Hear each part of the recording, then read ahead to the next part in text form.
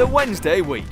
5 friends, 1 football club. And about 6 jokes they just repeat over and over and over and over and... Hello and a very warm welcome to The Wednesday Week, the Sheffield Wednesday podcast. I'm James. Apologies for sounding a bit sniffly, a bit snotty. Just had a 10-minute sneezing fit before we started recording, so I'm blaming it all on that. We've done a Yoss. We've shuffled our pack a little tonight. So among the regular starters is Victoria. Hi, Vic. Good evening. I'm snotty too. I've got freshest flu, so that made a rhyme. Woo! Yeah, you work at a university. It's allowed. We have Eddie. Hello. Good evening, all. I think if we're talking about regular starters, I may be the Ramon Palmer of the group, but it's good to be here nonetheless. I mean, you've already done about 4 times more this season than you did last season, so hey, you know, yeah, do well. We've drafted in our super sub. I don't like using that phrase, but we have drafted in from the sunny climes of Denmark. Peter Løhmann is with us. Hi, Peter. Hello. How are you? Good. How is your general health at the moment?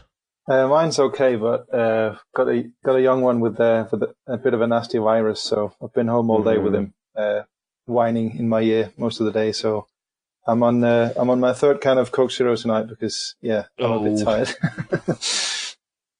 Well, exactly what you need then right now is to spend an hour moaning about football. So without further ado, let's make a start. And we've got a couple of fairly incident-packed games to talk about. We'll start with the Leeds game. And where else can we start than goal of the weekend, goal of the season, goal of the decade, goal of the century, Eddie? And the funny thing is, I think, by the end of this week, there is a pretty decent chance that we won't even remember that one because of the way that he's going at the moment. But what a way for Adam Reach to announce his return to prominence in the Wednesday side. It's been a little bit of a shame for a player who was so key to everything that we did last year and a player that showed that he truly had that Premier League level of class to, I think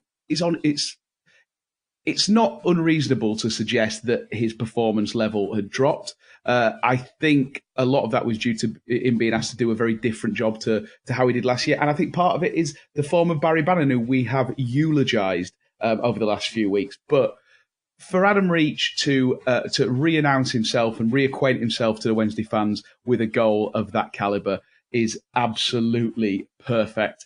As someone who is in a group chat with a group of boys who are almost to a man Leeds fans, they're all based in West Yorkshire, and me and my fellow other Wednesday fan in the group get absolute pelters from fans of a club who believe they're much bigger than they are. Within a second of that ball hitting the back of the net or the side of the net, as it was, I was getting messages saying, oh, it was a miss here. It was an attempt at a cross. 99 times out of 100, that doesn't go anywhere near the goal. The typical sour grape stuff. And I think if we're honest, for Adam Reach, I think 8 times out of 10, that ball doesn't get anywhere near the net. And the Leeds fans who were throwing their arms to the side and going, way, right up until the point that it hit the post and went in, would still be shouting that now. 1 time out of 10, Adam Reach gets that ball on target because he is an unbelievably talented player and the keeper deals with it and makes a save. And then 1 time out of 10, you get that result. It could not be more poetic. It was a beautiful moment and it absolutely lit up what had been, up to that point, a spirited derby, but one that lacked, I'd say, a little bit of quality. Fair enough. Now, Vic, I know that you spent a bit of time the other day on social media watching various different angles of people in the crowd who'd videoed the goal and the different... What did you decide what your actual favourite was? Oh, I did. Oh, there were so many, weren't there? It was just, do you know what? Sometimes there are goals like that, and I feel like I'm just repeating exactly what I said about McGinn's goal. But this time it was for us. It's amazing. There are goals like that, like, I've got a friend coming around later tonight, and she is not into football whatsoever. And she's the one that was quite shocked when I stood up for the McGinn goal. And I just want to show it people and be like, that is why I fucking love football. That is the whole point of me going to the football game. Like, there's always, you could talk someone through your match day routine and you say, I love going to the pub, I love doing this, and then we always get chips, and then we always do this, and we always get a pint here. But goals like that just make you go, this is why football is brilliant. But yes, James, there have been many angles that have been shown of this goal. I'd quite like one a bit closer up of his thighs, to be honest, but, whatever. But my favourite has to be from the Leeds fan. And there's a guy on Twitter who shared it, and I've retweeted it. I think it's called like Edders16 or something. He tweets some really good stuff. And it's basically from the Leeds end, and then we'll go, "Way! Oh, fuck, it's gone in." And it's absolutely class. Like, it's just, brilliant. It couldn't happen to a nicer team, could it, as well? But like Ed's just said, like, for Adam Reach, it's just, this is his moment now. It's like his Martin McCutcheon time. He's just flying. He's flying, isn't he? I bet he's using that hashtag. Absolutely. This is his moment. It's his perfect moment. This is his moment. This is his perfect moment with you. But yeah, honestly, you need to watch that angle of the goal. It is absolutely brilliant. I've retweeted it. I'll pin it to my profile so people can find it. I think that was officially the first Marty McCutcheon reference that we've ever had on the Wednesday week. So you can have 10 house points for that. Well done. Thank you. How unbelievable is it that after 6 years of doing this rubbish with fudge in most of the weeks, we've never had a Martin McCutcheon reference? I think we're slipping. Maybe we should do this every week. Pick an obscure ex-pop star to mention. Next week, Michelle McManus. Whoa! Ex-pop star? Martine is still at the top of her game, James. I'm not. She never really recovered from getting knocked down, did she, in EastEnders? Right, okay. Other things about the goal then. So there's two things that I want to mention. One is, and you're right, Vic, that video from the Leeds end is brilliant. But I quite like the main Sky footage of it, because it's brilliant. It just cuts to the Leeds goalkeeper at the exact moment you just see him go, "Fuck!" And it's just a brilliant moment, and I love that. The other thing is the timing of the goal was rubbish, because my friend John had gone down to get half-time beers. My friend got a couple of friends that sit on the other side. Neither of them were there, so I had no one to randomly hug. There was no one around me at all. Everyone had gone for beer. So instead of this one man kind of, you're at school and you pretended that you were kind of kissing someone with your own arms around your back. Yeah, I was kind of hugging myself because there was no one else to go with. It was an amazing moment, spoiled by the lack of stranger hugging. Did you not do the time-honoured away game, I don't care who you are, I'm going absolutely mental and hugging you like you're my long-lost brother thing? Yeah, I'd have hugged anyone, to be honest. I shuffled along a little bit. John, who sits a few feet along from us, I went and hugged him. But yeah, just for a moment, it was just a sad moment. I was like, I've got no one to share this with. Now I know how I feel. Peter, obviously the aftermath of the goal, it was brilliant, but watching it back on TV, you get an idea of just how kind of poignant the celebration was from Adam Reach. Yeah, it's quite funny that you because I didn't see that at first, because I had to run down the stairs and console my little one who sleeps in the other end of the house, because I'd screamed so loudly when we scored that I'd actually woken him. So actually I came back and then I saw Adam Reach holding the shirt, and I didn't see what it said on it, so I had to check up afterwards. But it was a really nice moment. You could see just as he'd scored, he it's like a light went up in beyond his eyes, and he remembered he had to go to the bench and get that shirt to get that homage in for our Fisher's wife, who sadly passed away this past week. And I think that just builds the myth that is Adam Reach up even further, because he's got that look of I don't know if you made like a World War II movie with some sort of dashing looking Englishman who'd swoon all the American ladies. You'd probably pick someone like Adam Reach with he's even got decent teeth for an Englishman. And he's got that film star look to him. Sort of what? and He's even got decent teeth for an Englishman. Amazing. Yeah, he does. And I mean, it just he's obviously a nice looking fella, but he's also judging from this and from how often he actually goes to the children's hospital and doing other community stuff. He seems like a good guy as well, and someone who really takes it seriously. Being a professional footballer, it's not just playing on the pitch and scoring these amazing goals, but it's also being part of the fabric of the club. And I mean, he's even absent these goals, he's well on his way to becoming a legend in his own right in the Wednesday folklore, in my mind. And these moments, especially after the goal, just adds to that in my mind. He's different, isn't he? In a very, very macho kind of trade, and he's a very, very talented player. But he seems to have this real vulnerability about him, doesn't he? That he's, I think sometimes maybe his skin is a little bit too thin, and you feel like maybe any criticism that he has weighs on him a little bit. But he clearly has an emotional side. He wears his heart on his sleeve, not in a Stuart Pearce psycho kind of manner, but in quite an open and, like I say, vulnerable way. And it's quite unusual to see that in a player, and quite refreshing in a way, isn't it? If you look at his social media, he seems to talk about like suicide awareness and male mental health and stuff quite a lot as well. So I think, like, as if he just couldn't get any better. Like, he's a doll as well, isn't he? He's just, oh, Adam, I'm going to rejoin Tinder and drop it down to 24 again, I swear to God. We managed 11 minutes without a Tinder reference there. Well done. Right. I've already thrown out Martin McCutcheon, so... Fair enough. That's all the really good, positive, nice stuff done and dusted. Now let's talk about the rest of it. So, Eddie, were you getting as frustrated as the majority of the crowd at Hillsborough with our futile attempts to play out from the back, particularly second half? Yeah, and it might be a little bit churlish, because one of the things that we have really struggled with throughout this season, and certainly early on, was one of the things that stood out as to why we weren't winning games, why we weren't getting results, why we weren't having periods of dominance, is that our possession statistics were so low. And so I understand the idea of trying to retain possession, probe, get quality touches and move in quite a stoic fashion up the field rather than look to hit on the break.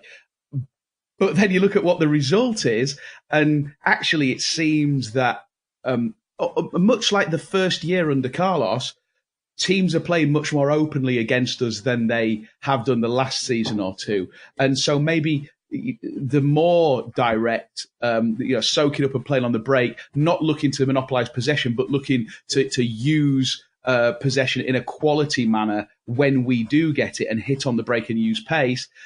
Maybe that is the way to play again this year. It seems like against Leeds, we had worked out to get one step ahead of the opposition, and against Leeds, we almost started to believe our own hype again. And that possession game, that patient build-up play, didn't seem to work particularly. And it's something that Jos really has to, I think, decide, not on a game-by-game basis. I think he needs to decide what sort of philosophy he wants, because right now we seem to be caught between, let's be honest, a Tesco value version of the way Liverpool play and a Tesco value version of the way Man City play. And you don't fall between those two stools, especially when the stools are both sold in Tesco in the value range.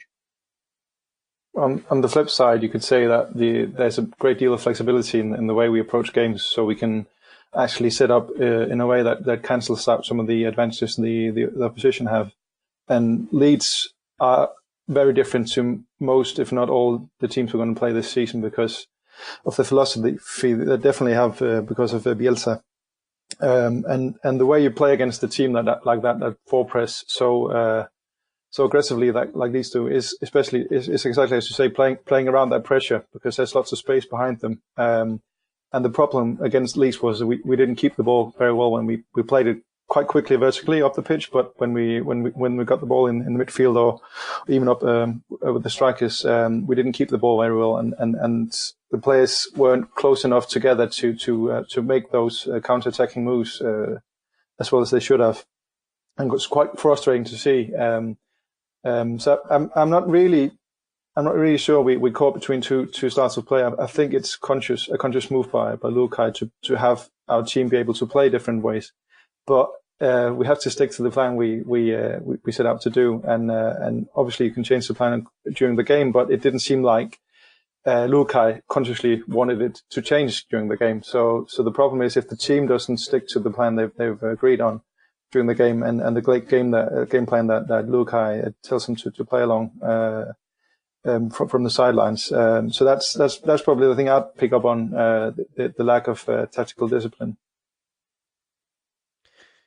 Peter, some excellent points there, but I have to just call you out and point out the fact that we now only talk about Sheffield Wednesday in terms of Tesco value and relations to Premier League clubs.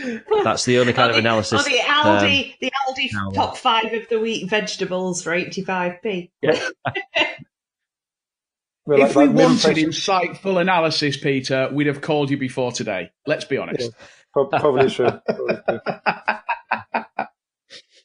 Okay, let's talk a bit more then about kind of the overall performance, because there's been quite a bit said about it, and I think there's been quite a bit of disagreement among Wednesday fans about it.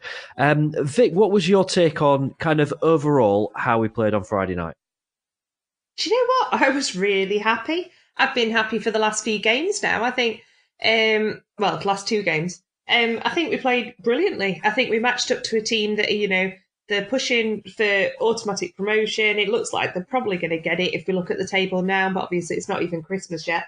But yeah, I think we matched up to them well. I think in a way, and I don't really know how to phrase this without sounding like a hypocritical twat, but I hate Leeds because they're dirty, horrible Leeds. Actually, they were a bit disappointed on the night. There wasn't a lot of fight in them. They didn't seem that bothered about breaking a few legs. I think, there was the odd moment, but it wasn't like the Leeds of old. Brian Clough would be turning, wouldn't he? He'd be furious. But I think we played brilliantly. I can't fault, I think it was a great game. I think we made a few silly mistakes here and there, but other than that, I think if we can take that and we can take the West Brom game afterwards as a sign of what's to come, then I'm quite happy. It's really interesting listening to you say that, because I came away on Friday night, and granted it was a Friday night game, it was Leeds, so I had a few beers. Not that that's any different to any other game, to be fair, but I came away thinking, Leeds dominated in terms of possession, particularly in the second half. But I thought, I don't think there was any point we particularly looked under danger, and I was quite happy with a lot of the way that we played. Now, I listened to the Al's Americast, who absolutely slated our performance, and I thought, hang on, we're watching the same game, because I don't think we were that bad. And Paddy over in New York was kind of saying that he thought it was as bad, if not worse, than the Brentford performance and stuff like that. And I thought we played all right. Eddie, Peter, what do you reckon? I'm probably more on the Al's Americas team. I don't think the performance warranted the point we got from that game. And to be quite honest, if it hadn't been for Reach's wonder strike, we didn't really have anything that threatened them. Leeds definitely looked like a team that had a bit of a collective off day. They still managed, I think it was 25 shots on goal, and sorry to introduce the term again, expected goals were quite high against us, so they penetrated us every time they wanted to, and you don't want that, definitely. So it's more us riding our luck than us playing well, in my mind. And I mean, if you look at how do you predict what happens in the future games? The results of the game is a worse yardstick than the performance of the game. And I think the performance of the game wasn't that promising in my mind. But again, it was against Leeds. It's definitely going to be one of the best performing teams this season. I'm not sure they're going to last all season, because Bielsa's teams often level off during the season because of the high demands he put on them physically. But this was a really good team that had a bit of an off day, and we just about matched them organization-wise, but we still gave up way too many chances against them, considering how many we're actually defending with. So that's a worry for me, that even when we put such a big onus on defending, we still can't stop teams from getting chances, and big chances as well. I can definitely see this game as being one where opinions differ quite significantly. I wonder if the Sky TV coverage was just such that it just makes it look like we played really badly or something. It seems to be that people that were at the game were relatively, all right with it. People that watched it on TV thought we were rubbish. I can't believe that that Wednesday fans who were watching it live didn't see the same as what Wednesday fans watching it on Sky were seeing, certainly in the last 20 minutes, where I think Peter's point that we didn't adapt to the demands of the match as it evolved.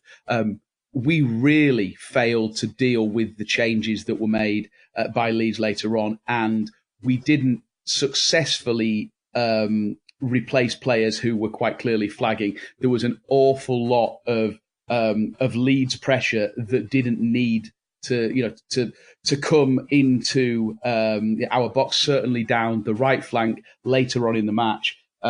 So I'm with Peter. I don't think it was a good.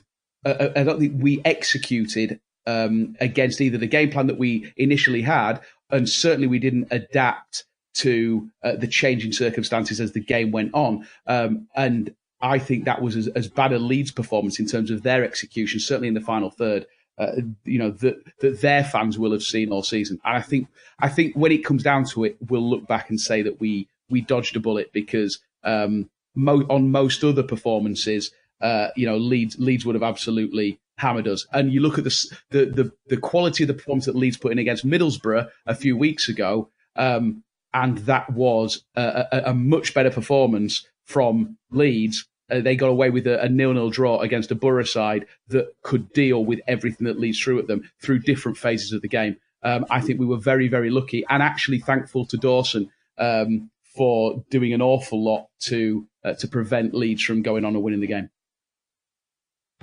Well, you miserable shitbags! I thought we were all right. I tell you what, though, I was absolutely fuming after the game, and it's got nothing to do with what happened on the pitch. And I've not quite decided whether I direct my anger at Leeds United as an entity or Sky for the absolutely fucking ridiculous decision to play that game on a Friday night. I must admit, I've not really looked up exactly what happened off the pitch on Friday. I'm sure there's been news coverage about it. All I know is that, as any fan that was at the game will know, is that it was announced a few times during the game that there were no trams running after the match, for the reason that there'd been, I think, several incidents involving away supporters on the trams on their way to Hillsborough, which involved a few trams. I think a couple of trams getting smashed up. There was talk about a tram that was set on fire by some Leeds fans. I've not looked into it since, because it'll just piss me off, and I don't want to read about it. So I've kept away from it and avoided it. But I was quite lucky, because I was staying out anyway, so it didn't really make a lot of difference. It had quietened down by the time I had to kind of mess around getting a taxi. And I believe the trams did start running again something like 11 p.m. So it's not a lot of use for people that are leaving Hillsborough at like 9:30 or 9:45, that they'd be stuck for a while with no way of getting home. But I just want to summarise this bit by just saying, Leeds fans, what an absolute bunch of wankers, aren't there? There's just no other way of putting it. Absolute throwback, dickhead. It's still the 1970s and 80s. We have a huge away following, and so we're gonna ruin your town. We're gonna ruin your city. They have it internalized in them that they are, no one likes us, we don't care, we all hate Leeds scum, sung ironically, he's one of our own, Jimmy Savile, all of that shit. Individually, there are many very, very lovely fans of Leeds United. Collectively, they are the worst fans in the league. And I don't think that anyone really can have a fact-based argument against that statement. Do you know the thing that really annoys me is because because obviously, three of us sit in the north stand, and I come out at the Leppings Lane end after a match, and I have never, ever been to an away game, especially a night match or a match that there might have been some dodgy activity outside. I have never been let out at the same time as the home fans. And every single time we play a team, any team, whether it be Mansfield in a friendly or Leeds United on a Friday night when people are pissed and ready for a fight, I have never seen them held back, and it is absolutely ridiculous. And I've called South Yorkshire Police out on this a few times and the club, and I think this is an accident waiting to happen. So on Friday night, I held back a bit because, as James said, we were going out for a few drinks, so I wanted to take my Wednesday shirt off and just keep my T-shirt on because I didn't want any trouble. And I still came out.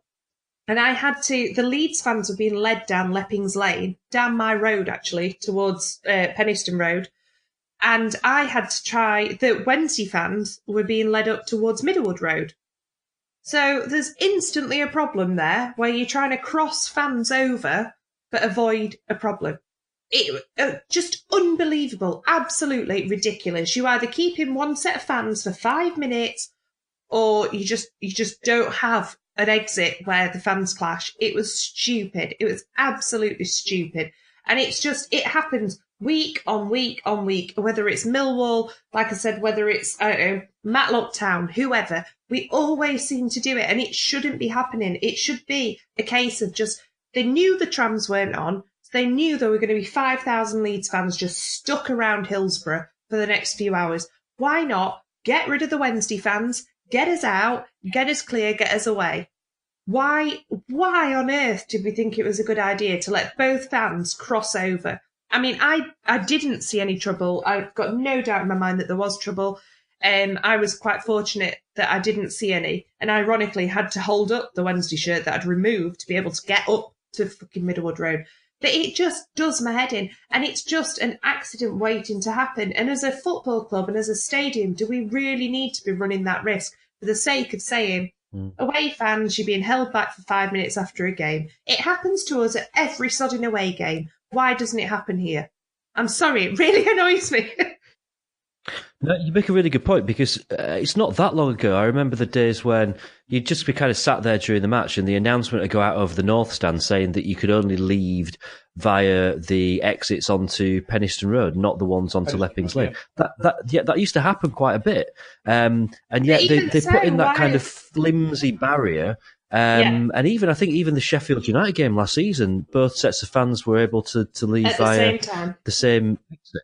And you do get that crossover, because the Wednesday fans tend to kind of go, you want to kind of cut across where the away fans are coming from, and you go up there, and back up towards the kind of the crossroads. I disagree with holding it is a them in. flashpoint. I disagree with the fact that we always get told, there's no exit via Leppings Lane. Piss off, it's our stand. Just hold them in for 5 minutes. That's all it takes. It's not happened for years, has it? They don't do it anymore. Yeah, it's absolutely ridiculous. You know why? It's a major accident waiting to happen. It all changed when Mr. Meadows stopped working at the ground. I don't know why that happened, but it was always fine. Mr. Meadows left, and it's all gone to shit. Brilliant. So that's a Martin McCutcheon and a Mr. Meadows reference. We are doing well so far tonight. Right then, before we put the Leeds game to bed and move on, any other points about it? Anything that anyone else wanted to get across? Okay, quick show of hands. Vic, I'll come to you first. Would you have taken a point before the game? 110% yes. Eddie? Yes, absolutely. Peter? Yes. Okay. That's good. I would too. So I know, we've had a bit to whinge about in there. Ultimately, we took a point from a game that we'd be happy to take a point from. Right, let's move on then to Wednesday night and the visit of West Brom, who at the time I think were top of the table, or maybe they'd just dropped down. I think that because of games on Tuesday, they'd dropped down a couple of places. Yeah. But there or thereabouts, another top of the table team. And where do we start? Probably talking about Adam Reach's second best goal of the week. Peter, a bit of a different goal, but it was another cracker, wasn't it? Yeah, and this time you can see there's some brilliant footage of him up close where we can see he actually looks to the corner where he's going to hit the ball, and he just hits it there. It's almost like a Jedi Master or something like that. He's just capable of moving the ball like that. And he's always very humble in his post-match interviews and saying, "Oh, well, I just went for it, and unfortunately it went into where I wanted to hit it." But if you look at, especially if you get the angles from behind the shot, the way he controls the swerve of the ball is I mean, you have to go to someone like Cristiano Ronaldo or someone like that to see the similar sort of movement of the ball in the air. It's quite uncanny, and you don't see a lot of footballers being able to do that at will anyway. And it was just one of those goals again where you take about 2 or 3 seconds after it goes in, it's like, bloody hell, he scored, and it's you almost forget to celebrate because you don't. I mean, we're getting used to him scoring goals like that, but you don't expect those shots to go in. I mean, we've last season Ross Walters had about 20 of those shots that went about 20 yards wide, each of them are over the goal. So it's just weird that he keeps scoring them, and I think I saw a statistic that is only from the beginning of this season. Last season, it's only Ruben Neves from Wolves who scored more goals from outside the box than Reach. So it's the whole fluke debate has definitely been put to bed, hasn't it? He's just, as I said, it's like a Jedi moving the ball in the air with his mind almost. Yeah, it was another absolute cracker. Quite interesting that the Leeds goal fell just inside September. The West Brom goal fell just inside October. So technically there would be separate months for him to win goal of the month. Slightly less impressive in a lot of ways, but still equally valuable, was the goal from Fernando Forestieri to put us 2-0 up. Eddie, what was your reading of this one? If Adam Reach is Anakin Skywalker and is the most talented of the Jedi, then he has learnt at the teat of Ati Nui, who is the Obi-Wan Kenobi of our team. I want you to look at the build-up to that goal and see how many players Ati attracted with his run with the ball before he put the ball across. He took 4 and possibly 5 players out of the game because they know that he is absolutely lethal, beautiful, he smells great, he has good personal hygiene, and so they knew that they had to deal with what he was bringing. He put that ball across, which was a perfect pinpoint cross. It was dealt with by the one defender who hadn't been drawn to his animal magnetism. And luckily, that defender dealt with it in a very, very terrible fashion because it was a poor header out. Fernando Forestieri, who you may remember previously has been our best player for spells, he got hold of the ball, ferreting around in the box in a very un-Fernando-like manner, to be honest, because we don't normally see him playing that role. And the one thing I would say is that he dispatched it brilliantly. There was a minute there where I kind of held my breath and thought, he's going to snatch at this. He's out of form. These are the sort of chances you miss when you're not absolutely bang at it. But he lashed it home. That goal does not happen without the run that Ati makes and his imposing physical presence, almost like a gravitational pull to defenders. So I'm giving that goal to Ati. And if there was an assist of the season, then he would be getting my vote. Okay, so a good goal for Fernando Forestieri. He should have had a second though, shouldn't he? He should have put his chance in the second half away to make it 3-0. Vic, talk us through this one. I know you'd gone by this point, hadn't you? So you saw it in all its glory on TV. I did, yeah. I'm suffering big time with Freshers flu at the moment, as you can probably tell by the fact that I sound like Zach Dingle. But yeah, I had to leave at half time. I was stood talking to my mate and suddenly realised I was about to faint and had to go home. Luckily, I live so close that I managed to catch the whole bastard second half on Sky. No, it was just, I mean, he should be finishing though, shouldn't he? And I hate to pick on players, I do, and especially Fessy, because I love the guy. I would give him my babies, let alone have his. But that should have. I just bring it back to the fact every time. I always say, if that had been New Hugh, or if that had been anybody else, we'd be going up in arms. But the fact that it's Fessy who gets away with it, which, there's a reason he gets away with it. It's because he's as good as he is. But yeah, that should have been 3-0, and that should have been the game almost buried. Yeah, what can you say? It wasn't, was it? That's why we watch football. If every goal that we thought was going to go in did, then it'd be a pretty shitty, boring game. So, just to be the boring stats guy on this, if you look at I mentioned the term expected goals before. It's a way of saying that how likely is this shot to be a goal? Then Fernando Forostier's chances are actually only a 50-50. I know it sounds weird because we always think of these chances so close to goal as being someone being a shot that he has to score. But I'm not trying to defend him or anything. I'm just saying that it probably looks a lot easier than it was. And if you run all the other, for the last 20 years, if you run all the shots that have been in a similar situation along with the goalkeeper in that situation where Fernando was from all other players, then only 50% of the shots actually go into the goal. So just as a bit of a balance to the annoyance that I definitely also felt on the night. Good start, but he definitely should have scored. And at 3-0, at 3-0, it is game, set, and match, isn't it? I cannot see any team being able to come back from 3-0. Even at 2-0, we kind of had this feeling, and I made the mistake, and Peter, I apologise for the fact that I did this to you, that I texted you early in the second half, didn't I, and said, what's the longest that we've gone before conceding this season? What's the longest we've hung on to a clean sheet? Kind of thinking, as the clock ticked away, thinking it's actually going to happen. We're going to keep a clean sheet.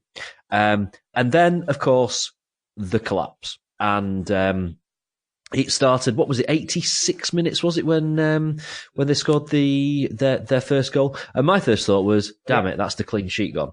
And it all comes about after a triple substitution from West Brom. They changed things around a bit. I mean, some serious, fairly enough, some aging quality, but certainly some serious quality that they were able to bring off the bench. Some real kind of level-headed, really experienced players that they brought on, and it almost felt inevitable, didn't it? That as soon as the first one went in, and it was kind of like, this is such a Wednesday thing to do. The second goal followed. Now, there's a lot being said about this, and I have got to mention the fact that there were clear errors made in the build-up to that goal. No one likes a cheat. No, surely not. But Joey Pelupessy, just take the yellow card. He clearly should have just bring him down.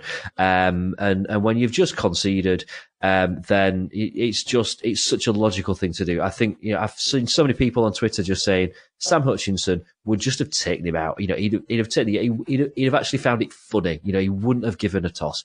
And I think that they're fair points. I think the whole kind of defending for that whole move was pretty shocking.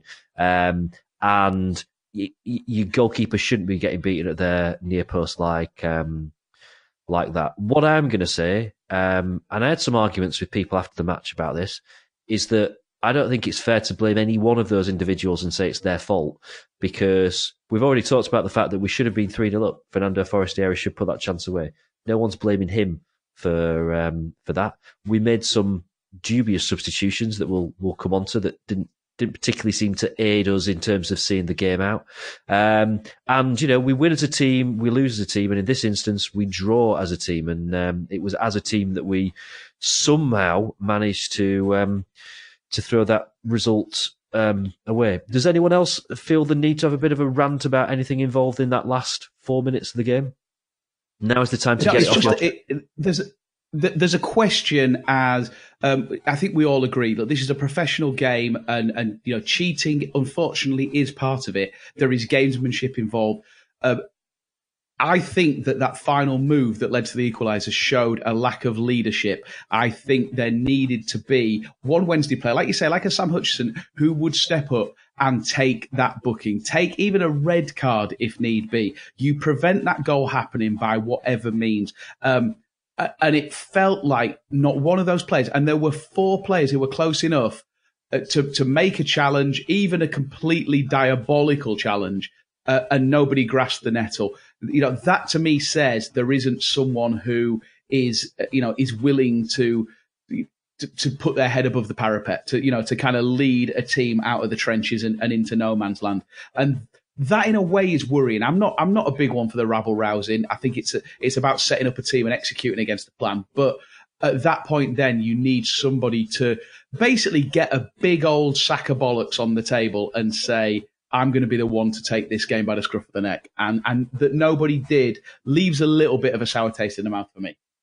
It's interesting because I think for the first time this season in Michael Hector, we actually saw someone directing the defense really well during the game. Absolutely, yeah. And he I mean, Lees was a different player in parts of. I still think he's our worst central defender this season, but that's controversial, I know. But he got better as well. I don't think that's controversial at all. I 100% agree with that. Okay, I'm glad to hear that. But I mean, Michael Hector, if you look at what we were up against, Jay Rodriguez and Gale, the 2 of the best strikers in the division, and then you have a lot of experience behind them, and you have the Barnes that they've got on loan from Leicester, who's going to be a really good player, as we unfortunately saw later. So it was not an easy task for a defence to defend against West Bromwich, but I think Hector was a key part in us for 85 minutes, looking more solid defensively than we've probably done all season. And then it's even more disappointing then that we collapsed the way we did and no one got. I mean, it was like Burton again, wasn't it? Just following the run and standing around, looking at all in on the opposition player with the ball and waiting for him to hit the ball into the back of the net. Yeah, it's just dear. What about we touched on the subject just for a second there of substitutions. Peter, what was your take on this? Because I thought that the substitutions that we made didn't really aid the team in just kind of seeing out a win. Zhao for Nuyu, what was your take on it? I think, a lot of people I've seen a lot of people pick up on it. It makes sense if the idea was to stretch the game, because obviously West Bromwich were chasing the game at that point when Zhao came on. Zhao was a lot faster than Nuyu, so you'd be able to, with West Brom having the defensive line pushed up quite a lot, there'd be a lot of space behind the defensive line, so you could hit longer balls behind the defensive line and make Zhao run onto them. We didn't actually do that. So for me, it's not about the substitution. It's more about how we used the substitution and how we used the player that came on instead of Nuyu, because we could have continued playing as we did with Nuyu, have a target man who kept the ball and put Fletcher on instead. Sure, we could have done that. But what Ndulka was trying to do, actually, in my mind, made sense. It just didn't come off because the balls we hit towards Zhao were towards his feet, and when we tried to hit it over the top, it was towards the wings instead of down the centre. And there was really a lot of space there, and you'd seen both Dawson and Higashi from West Bromwich making big mistakes during the game, so they were shaky at the back. So for me, it made sense. Obviously, the substitution that Riles is Kirby coming on instead of Onoma. I think Onoma had to go off because of an eye injury. So I don't think you can keep Onoma on, who's actually excellent during most of the game. But Kirby, if you look at the bench, who else would you put on? I mean, we don't really have a seasoned professional to put on the pitch in that position. So the only other thing you could have done probably would have been to push Hector into midfield instead of Onoma, and then to put on Thornley as a third defender instead of Hector. That might have been the better option. But I think too much emphasis has been put on the substitutions we made as a defining moment of this game. I don't think if we'd kept Nui on, if we had been able to keep Onoma on, that we necessarily would have that would have decided the game to our advantage. I don't think it's as clear cut as that, because it's not Kirby and it's not Shaw that don't defend that. It's not those two players who don't bring down Barnes running through our defensive lines. So I think it's a bit the wrong way around to look at it in my mind. Okay, Eddie, the internationally renowned voice of reason that you are, take a step back from all the different things that happened over the course of the game. Overall, what was Sheffield Wednesday's performance like? If we, I think we agree that the Leeds result masked a subpar performance. I think the disappointment of the draw against West Brom masked what was an overall excellent performance. I think the vast majority of our team came out and gave a good account of themselves. I thought it was very, very encouraging to see, even in the absence of Barry Bannon, a strong showing in the middle of the park. I thought Onoma and Pelipesi were both fantastic playing through the midfield. I don't have too much to complain about. And I think that West Brom are a quality team, and as we've said, have very, very experienced heads in there who know how to finish out a game. And maybe we lack a little bit of that in the final analysis. I can argue till I'm blue in the face that we shouldn't have conceded the second goal. Does that take away from a performance that deserved a victory? No, not if we're actually trying to analyse what this means for the rest of the campaign. So, no, I thought it was a very encouraging performance. I thought it was up there amongst our best in terms of a level of quality from all 11. And I don't think there are too many players who you can honestly point to and say you let the side down, either in individual moments, but certainly not in the context of the shift that they all put in. I thought it was up there, and it's just one of those games where it didn't go our way in the final analysis. Okay, so same show of hands here as we did for the Leeds game, and Vic, I'm going to ask you this first. Overall, West Brom at home, is it a good point? If you'd have asked me that at 5:00 the other night, yes, 100% brilliant point. Absolutely gutted to have lost the 2 points. I completely agree with you guys. I think we played outstanding. I think we were absolutely brilliant. And even the 2 goals that we conceded right towards the end, it was so frustrating because I really don't think we deserved that. But yeah, I'd have taken a point 100%. But I'd have rather had 3. Obvs. Peter, would you have taken a point? As Vic said before the game, definitely. And I mean, again, we actually made West Bromwich look quite ordinary, which we should actually, recognize and credit ourselves with, because we've not actually been able to contain a good team like that. And West Bromwich are really good going forward. And as we saw at the game, they're quite suspect at the back, like we are. But definitely at a higher level than we are. So for me, we got lucky against Leeds with a point. We got lucky against Stoke with a point. This time we lost 2 points. I mean, over the season, these things tend to even themselves out. Fair point. I'd have taken a point. Eddie, would you take the point? Absolutely. Yeah. From at the start of play, even at 2-0 up, a point is a good performance and a good result against that team. I've got one other point that I want to make. This is not just about the West Brom game. It's about both the games. And Vic, Eddie, forgive me for a second here as I slightly space out into FFP special mode with Peter. But I'm sure I'm sure that Peter will agree with me when I just make the point that let's just say in the summer that we need to make some money quick.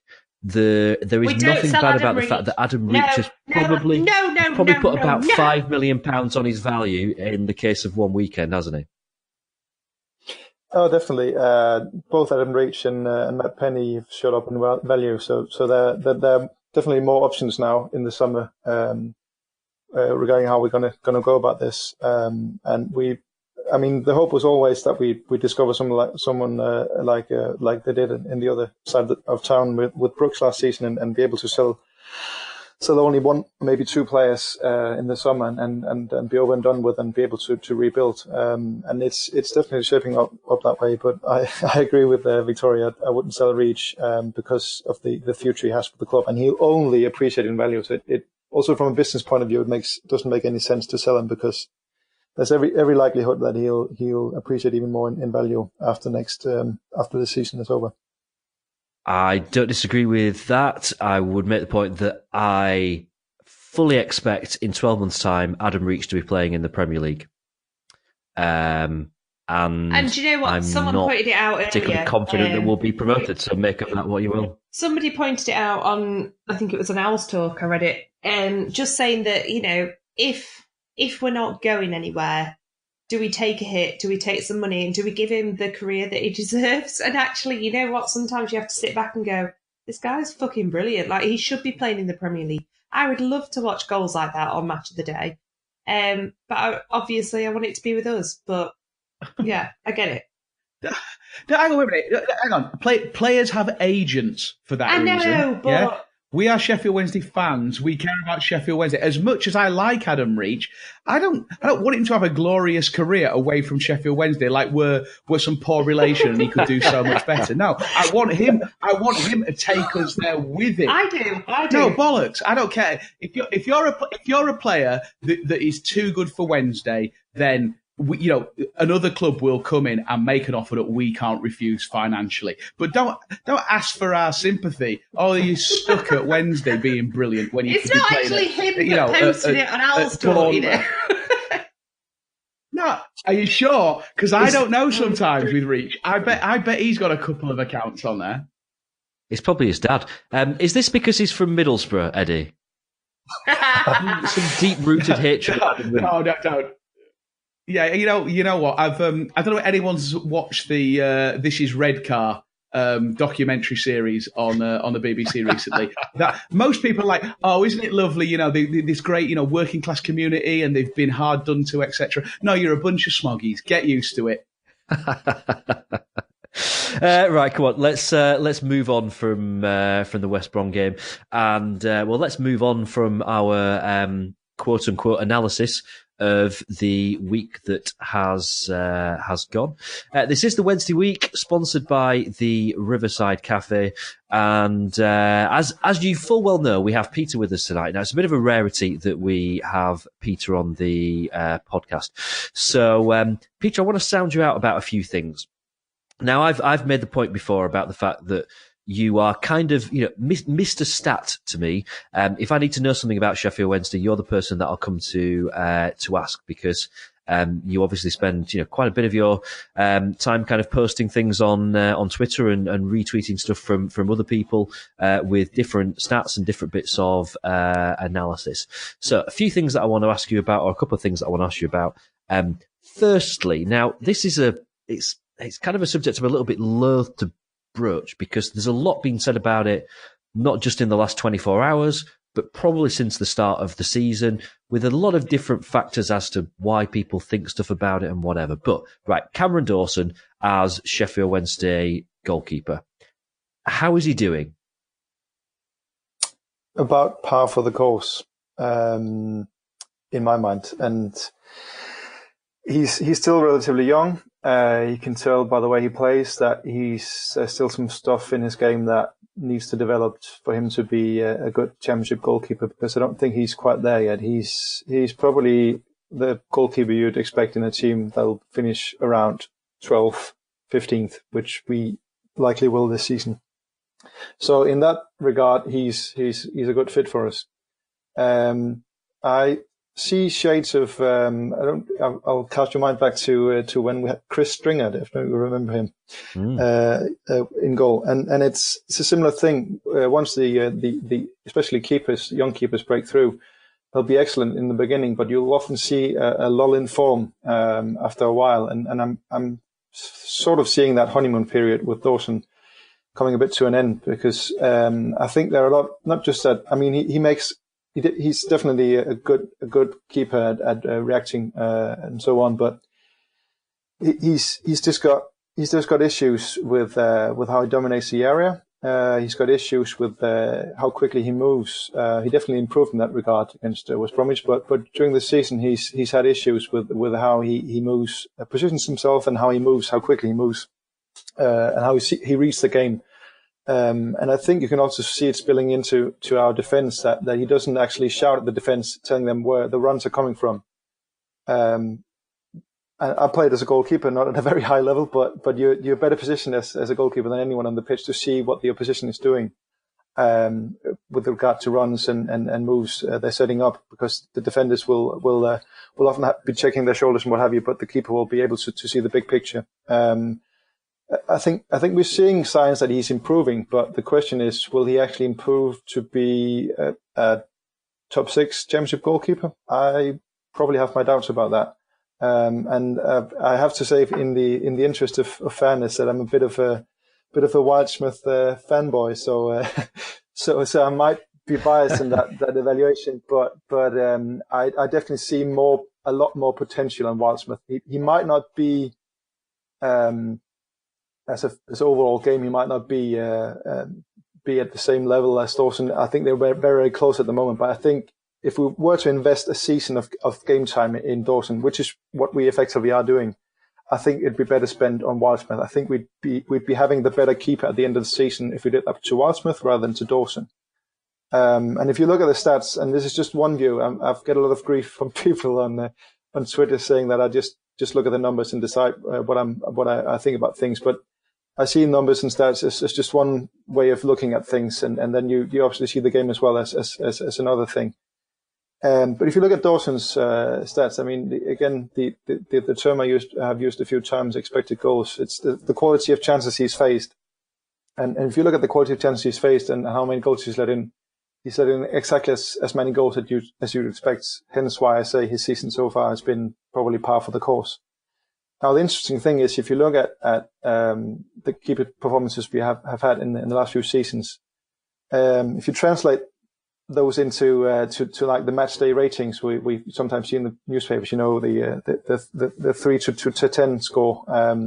You see, like an average performance will get a 6. So Dawson's performances this season is probably a 6, whereas Wildsmith's performances last season were, if you look at the expected goals anyway, were around an 8. And Westwood's in 16-17 was also around an 8, and Westwood's in 15-16, his brilliant seasons were probably as close to a 10 as you can get.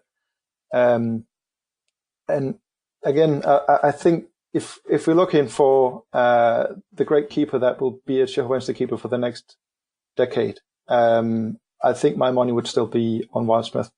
And I think this keeper debate, I think we're moving on from the point of people arguing about Westwood, because nobody knows how good Westwood is anymore.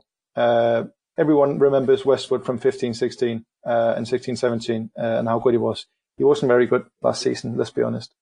And I would imagine last season was more of a guide for how good he is now than anything. And I don't think there's any big conspiracy theory. I think Dawson and Wildsmith are in the matchday squad on merit, and Westwood simply isn't good enough anymore. So, yeah, very long story, quite short. Dawson is doing okay, but I think we should probably change the horse. Have you got any other kind of stats that you've picked up on in the last few days or about the season as a whole? Yeah, I mean, the performances we put in, again, using expected goals rather than the results we've had, we're quite poorly. We're actually the worst team in the division.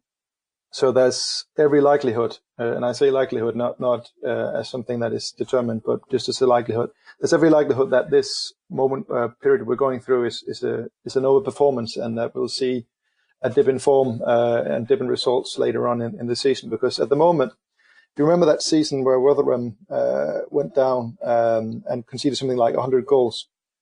The quality of chances they allowed per game that season were still smaller chances than what we're conceding at the moment, chance-wise.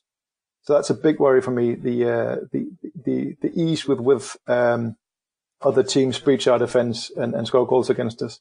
We're decent going forward, but we're definitely overscoring compared to the chances we get at the moment.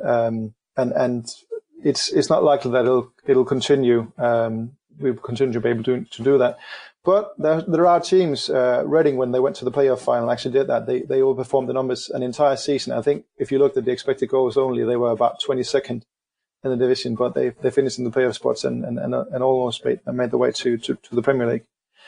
But again, Reading collapsed the season after and have been poor since. So maybe there's something in these expected goals when you're judging teams and how well they will do in the future. That is a lot more telling than the results. So the old adage that the table never lies, it's a myth. A bit like the don't look at the table until Christmas. No, that's true. That's true. Wow, shots fired. Don't go there, Peter, please. What are you telling us is we're screwed and we're going to get relegated?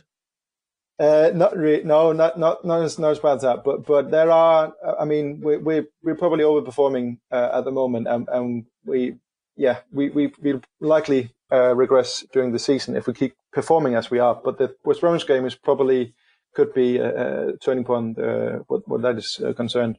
I mean, the other point from the stats is definitely how many goals we're scoring from outside the box. We've scored 8 goals from outside the box this season after 11 games. Last season, after 46 games, we'd also scored 8 goals from outside the box. And nearly half the goals we've scored this season have come from shots from outside the box, which is an extraordinary statistic. If you look at other teams, there's no one near us in that statistic. And I've gone through the last 5 or 6 seasons of the Championship, and there's no team near that statistic. So it's a big anomaly, you could say, or maybe it's just the Adam Reach factor. And I mean, if you take 7 shots from outside the box this season, one of them is a goal. That's 3 times as high as the league average, and twice as high as the second best in that statistic, which is who's Forest. And last season we scored when we had 25 shots from outside the box, we only scored 1 goal. So that's a big change, and it's a question mark whether we can keep that up. It would be breaking all the records if we kept that up for the season. And it's probably the goals from outside the box is probably what overshadows the poor performances, because they're a bit of a they're definitely with Reach. It's not a fluke, but it's definitely something you can't rely on as something you get every game. So they're probably papering over the cracks in our attacking play a bit. I think Adam Reach is sat listening to this now, going, "Challenge accepted."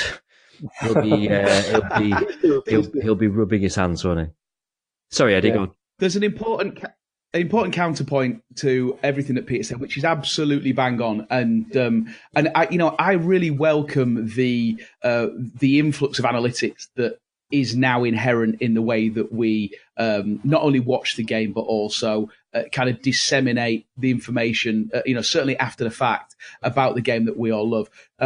The counterpoint to that, and the reason why sabermetrics and analytics is not something that can be applied to football in the same way that it can, certainly to baseball and to a lesser extent American football and American sports, which is where all of this originally came from, is that football inherently and against the flow of virtually every other sport that can be analysed relies disproportionately on luck, in the sense that upwards of 50% of the events that happen in any given game are rely more on luck than on what any metrics would predict. So I think that's what enables teams like Reading to book the odds, quote unquote odds, for an entire season, and why there is no reason why Wednesday need to revert to the mean here. I think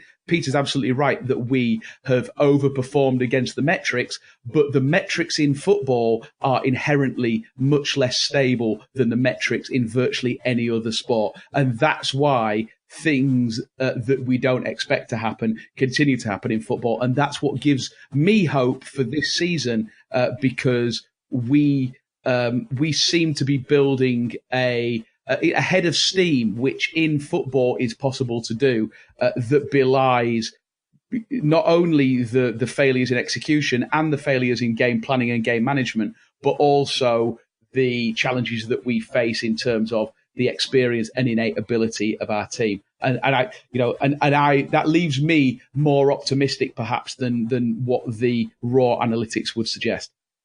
I actually agree with all that. Oh, that was nice. That was a nice way to wrap that little bit up. Right, we've got a bit more Wednesday news that we need to just rattle through before we call things adieu for tonight. First of all, Player of the Month for September. In hindsight, probably no surprise about this. So Matt Penney is Player of the Month. Eddie, a deserved winner? Well deserved. I don't think anyone can make a case for anybody else being as consistent as him. And also, what a fantastic rubber stamping of his performance, and the fact that he has, been welcomed into that Wednesday fold, by the fans, by his teammates. It's great to see. And this is, let's not forget, this is a kid who grew up doing what we do every week. And loving this team, so it's wonderful. Maybe that gives him a little extra edge at the moment, and I hope it lasts for as long as possible before he becomes more of a cynical pro. But it is well deserved. There is no fluke there in Matt winning the Player of the Month. One of my friends said to me the other day that they're just a bit concerned at the moment because there's this big kind of Twitter thing about getting him signed up to a new contract that's been going round, and then he wins Player of the Month. Just this risk of whether or not he's just getting just his tight. Is it possible that he could end up getting a little tiny bit too big for his boots? So I think just fingers crossed that that Matt stays down to earth, stays nicely grounded, and becomes the amazing, brilliant footballer that we all know that he will do. Right, so I want to give a quick mention here for All Wednesday, the screening on Tuesday, the 6th of November. Tickets still available from swfc.co.uk. It's going to be a great night. Matt, who's the guy that's made the film, I'm sure you've heard us talk about it loads. We're going to be there as well, helping host the evening. It's going to be fantastic. If you've not bought tickets yet, please do, because buying the tickets helps more people elsewhere be able to see the film, which is fantastic. Right then, let's quick look ahead then to the coming game this weekend. And firstly, I mean, it's absolutely rubbish. We're playing Bristol City. It's a Sunday at, 1:30? And there's no logical reason for that. It's not on Sky. I can't figure out why. Probably something to do with Bristol being one of those stupid cities where they share their stadium and there's probably like a rugby match or, I don't know, some kind of lacrosse that's going on or something stupid. Different time zone, is it? Something like that? Yeah, I think they're 3 hours behind in Bristol. That kind of nonsense, yeah. They're farmers, aren't they? So they have to do things early because they get up at 4 in the morning to milk the cows and all that. Yeah.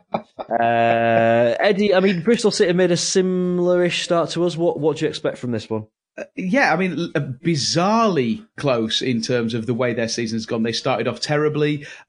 They've come back strong. They've had some results against some really good teams, and they've had some underperforming, disappointing results against the teams that you'd expect them to beat. So they're a dangerous team. They know what this division is about, and obviously Andreas Weimann is their top scorer. He scored 5 goals. He doesn't strike fear into the heart of defenders. So I think it really is about Wednesday, probably playing quite compact. I think it will be about weathering an early storm because they will almost certainly come out trying to get onto the front foot early. And I think probably you'll see possession statistics that are, again, in the area of 60-40, 65-35 in their favour. And it's going to be about what quality we can have on the break. I would be very, very surprised if Jos changes from his kind of tried and tested away game methodology of playing a single striker with more mobile players running in behind. So we'll see. I'm quite hopeful with this one. I'm not scared of Bristol. They're a good team, but I'm hoping that we'll build on the performance that we did against West Brom, and we'll come away with at least a point and hopefully 3, because that will make an 8-point return from 4 quite testing games, which I think we'd all have been happy with going into this run of games. Yep, fair dues. The only thing I'm not looking forward to is the ridiculously long train journey there at stupid o'clock in the morning on Sunday. Apart from that, yeah, should be good. Right, so this is the Wednesday week with the Riverside Cafe. That's going to bring us to an end for tonight.